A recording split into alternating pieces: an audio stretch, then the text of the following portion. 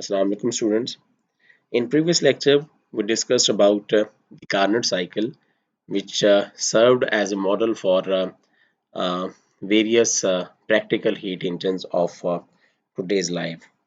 So today I am going to discuss about one of the very important cycle on which the Otto engine is based, and the cycle is known as the Otto cycle. This is an idealized prototype of most present day internal combustion engines. And the cycle was first described by B in 1862, and after that, Nicholas Otto independently conceived the same cycle in 1876 and then constructed an engine to implement it. So, the idealization was made on two basic assumptions. The first one is that the working substance is taken to be air rather than a mixture of gases and vapors. And the second, the more important approximation is that the changes are assumed to be quasi-static. So an idealized cycle that represents the six parts of this cycle is known as the air standard Otto cycle, which is shown in this figure. So we are going to find out the efficiency of this Otto cycle, which should be equal to 1 minus V2 over V1 power gamma minus 1, where gamma is the ratio of the specific heat at constant pressure to the specific heat at constant volume. And we also assumed here that the specific heat at constant volume and pressure, they are constant. That is, the Cp and Cv are constant. And there is this particular value for this ratio, which is uh, around 1.4 for the case of air. So as I said that this cycle consists of six parts. The first part is from 0 to 1, the second part is from 1 to 2, and then 2 to 3, 3 to 4, 4 to 1, and then back to 1 to 5. So let's discuss about the first part, that is from 0 to 1. This part is basically known as the intake stroke. So in this intake stroke, the mixture of gasoline and air is drawn into the cylinder through the intake valve by the movement of the piston. So the idealization is that this is a quasi-static isobaric intake of gases at some fixed pressure P naught to a certain volume V1. And then after the first part, uh, uh, you have a second part that is from 1 to 2. This part is basically known as the compression stroke, or it is also known as the adiabatic compression. So in this case, the intake valve basically closes and the air fuel mixture um, is rapidly compressed in the cylinder. So since this is an adiabatic compression, it means that the temperature of the gas will increase. So the idealization in this case here is that it is a quasi-static adiabatic compression from some volume V1 to volume V2, and the temperature rises from temperature T1 to a certain temperature T2, where T2 is uh, greater than T1 and V2 is less than V1. And then the next step, that is from 2 to 3. This step is known as Explorian. So this is the next step here, that is from 2 to 3. Sorry, it is written as power stroke here. It is not the power stroke. The power stroke is from 3 to 4. So this step is to make a correction here, please. So this step is known as the Explorian. So in this step, that is from 2 to 3, the mixture of the mixture of gas basically it explodes such that the volume remains unchanged and a very high temperature and pressure is reached.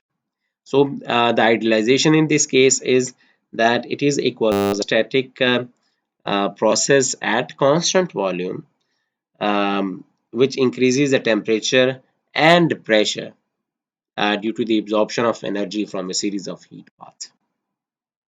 And the next step, that is from 3 to 4, as I discussed before, is known as the power stroke. This process is also known as the adiabatic expansion. So, in this process, that is in power stroke, at this step, since we discussed that from 2 to 3 very high temperatures and pressures are reached, so it means that uh, uh, you will have very hot gases here. So it means that the hot combustion in this process, the hot combustion products, they expand and they do work on the piston. So the pressure and temperature, they will decrease considerably because this is an adiabatic expansion. The heat cannot enter or leave the system. So we can say that the idealization in this case is that is a quasi-static expansion which produces a decrease in temperature. And then from step 4 to 1, this step is known as the valve exhaust. So at the end of this power stroke, the valve exhaust opens and the combustion products are exhausted to the atmosphere. So there is a sudden decrease in pressure, and the pressure from certain higher pressure to a pressure P naught. So the idealization in this case is that this is a quasi-static constant volume, decrease in temperature um, to T1 and pressure P naught due to exchange of energy with a series of heat paths. Um, and the next step is basically the final step, that is from 1 to 5. This step is known as the exhaust stroke. So in this step the piston forces the remaining gases into the atmosphere. The exhaust valve then closes and again the intake valve opens and the next intake stroke is takes place. So the idealization in this case is that a quasi-static isobaric expulsion of air. So for this cycle, we are going to find out the efficiency of this Otto cycle. So as we discussed in previous lecture, that is in case of a Carnot cycle, we found that the efficiency of a cycle is equal to the net work done divided by the heat energy supplied uh, to the engine, and where the W is also written can also be written as Q1 minus Q2 divided by Q1 or 1 minus Q2 over Q1. So you can find out the efficiency of this Otto cycle in two ways. That is, you can either find out the net work done during the cycle and the heat given to this engine, or you can only find out Q1 and Q2, and then you can find out the efficiency of the cycle. So I'm going to use the second step, which is more convenient and easy. That is, I am going to find out the values of Q1 and Q2, and then I will find the efficiency of this Otto cycle.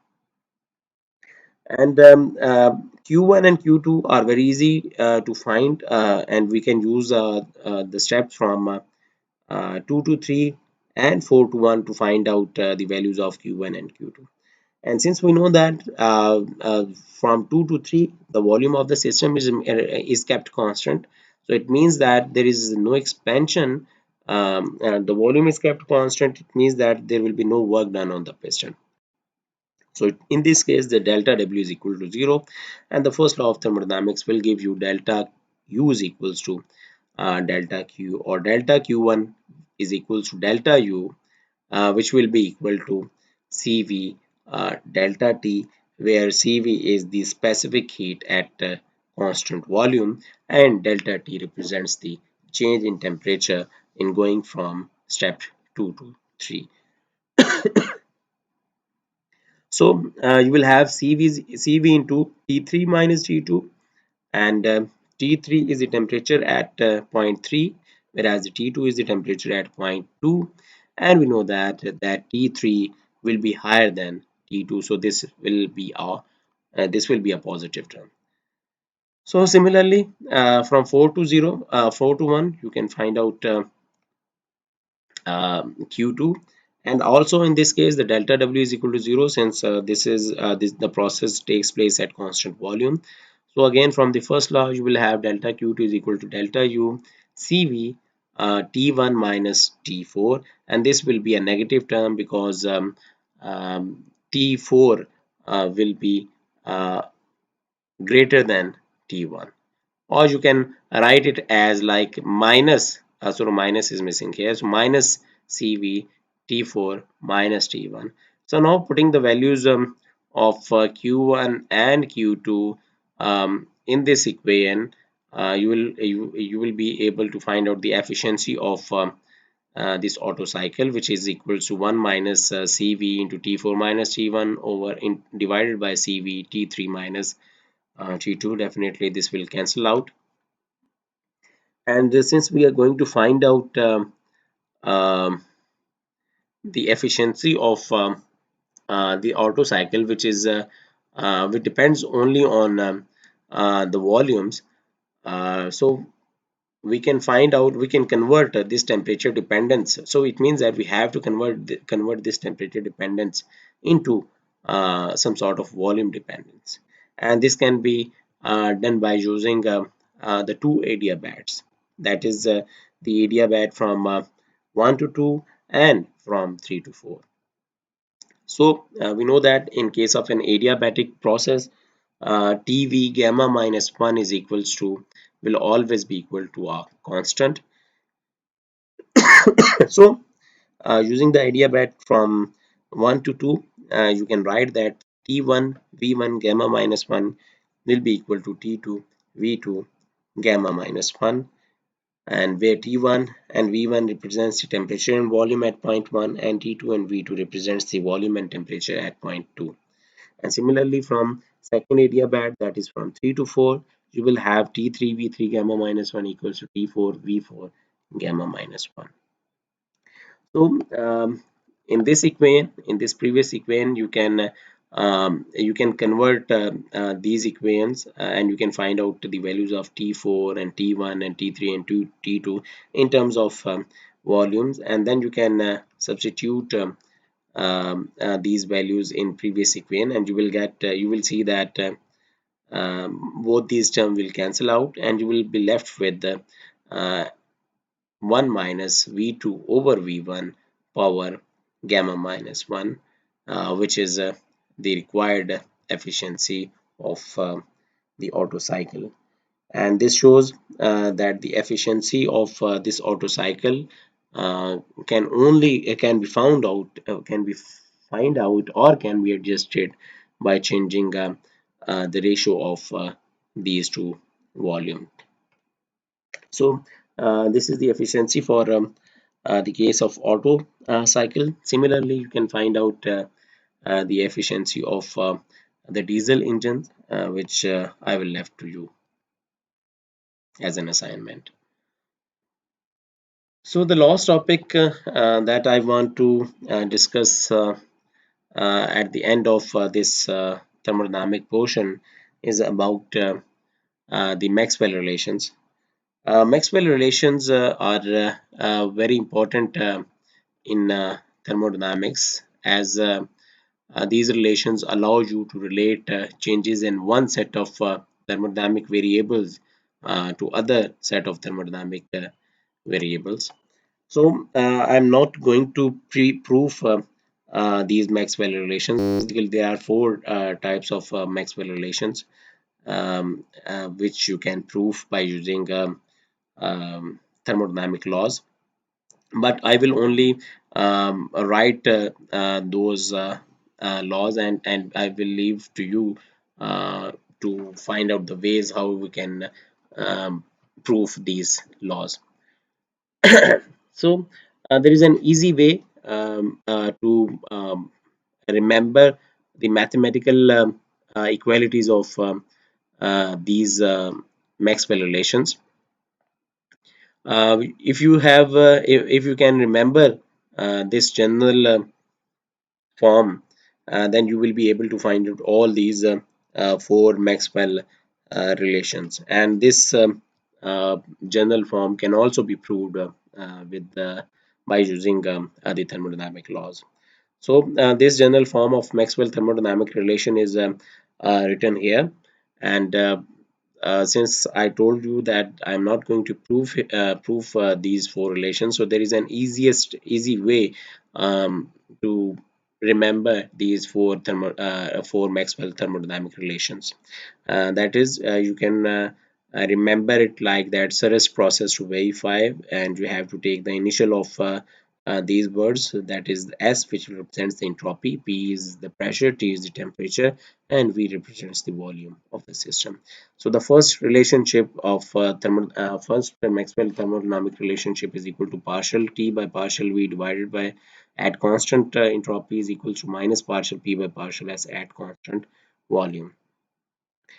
So you can prove this by just substituting x is equal to s and y is equal to v in above equation, and you will get the first Maxwell equation. And similarly, you can find out the second Maxwell equation by putting x is equal to t, y is equal to v, or you can find out the third thermodynamic relation by putting x is equal to s and y is equal to p. So as I said, there are different ways to remember these thermodynamic relations. For example, if I talk about the third thermodynamic relation, what you have to do is that you have to arrange these four letters in a clockwise pattern. That is in as I have shown here.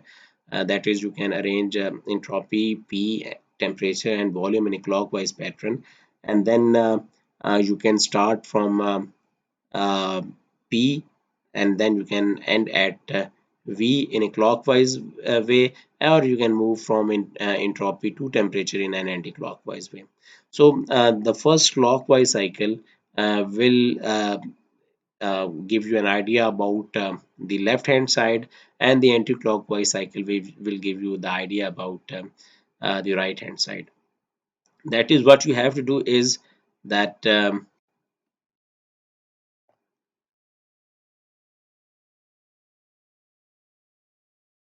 sorry, this will prove the second thermodynamic relation. So what you have to do is that you have to take the partial derivative of pressure and divide it with the temperature. So partial P by partial T, so this will be done at constant volume.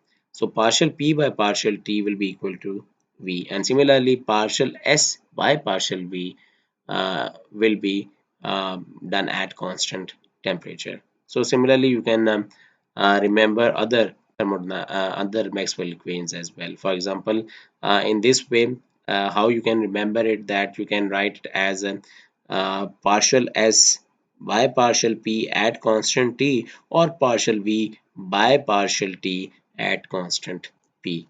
So these are different ways to uh,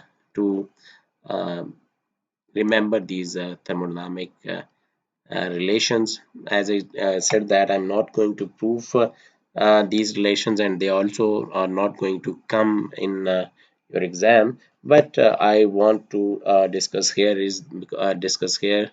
because they are very important in thermodynamics, because as I said earlier that these relations allow you to relate changes in one set of thermodynamic variables to other variables. So that's it for this first part of the course, that is about thermodynamics.